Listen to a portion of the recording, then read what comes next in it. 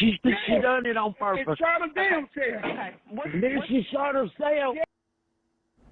Well, that was the heartbreaking call made moments after Fatima Alston's husband knocked on a neighbor's door Monday afternoon, begging them to call 911, claiming his granddaughter shot his wife and then herself. It's such a tragedy for this family, and they're saying that 33-year-old Tiana Sesma suffered mental health problems before the shooting.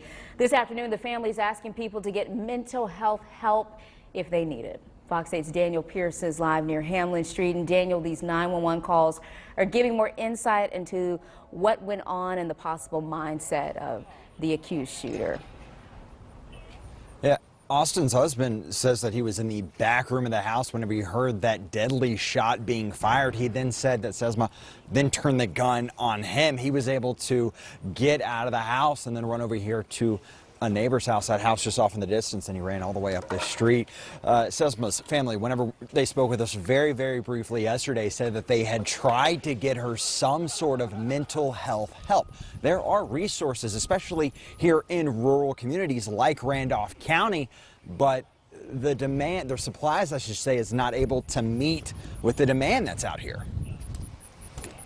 Don't know if any of them's awake or not. I just run out the house. He run out the house. It's the chaotic moments in the heartbreak families like Fatima Alston and Tiana Sesma suffer. Her grandmother then shot herself. Go kill me. Okay. He run. Situations like this spark the conversation to get help for your mental health. She couldn't help it. She couldn't help it anymore. Her mind, she just couldn't, her mind, like she couldn't snap back. Anything that happens in our community has a ripple effect. And so we will see probably an increase in calls. Thank you for calling. Asheboro Counseling and Wellness is one of several mental health counseling facilities in Asheboro. Letha Charles opened it 2 years ago. She has a team taking care of about 700 clients with 100 more on a waiting list. Across the board, we're seeing wait lists for every practice in town and beyond.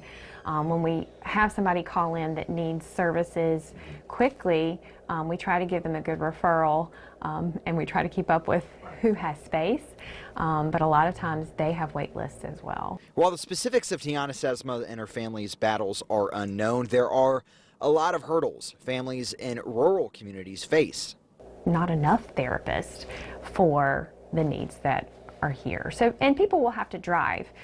So even in Randolph County, some places have to drive 30-40 minutes. A lot of times you have to come, pretty regularly to see the benefits. Barriers for those who need a higher level of mental health care have increasingly become tougher. I think it's a challenge across the state.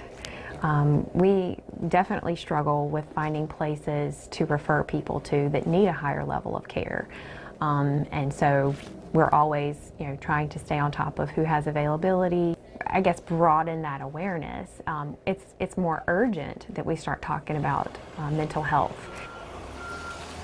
Now, to take that next regional step, I am told that there are an expansion of operations at the Advocacy Center as well as Asheboro Counseling and Wellness. They are trying to expand with telehealth as well as group counseling sessions to not just get more people that need help in, but to also kind of offset the lack of supplies right now.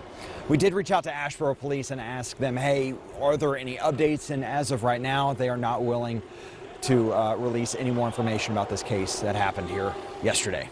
Live in Asheboro, Daniel Pierce, Fox 8 News.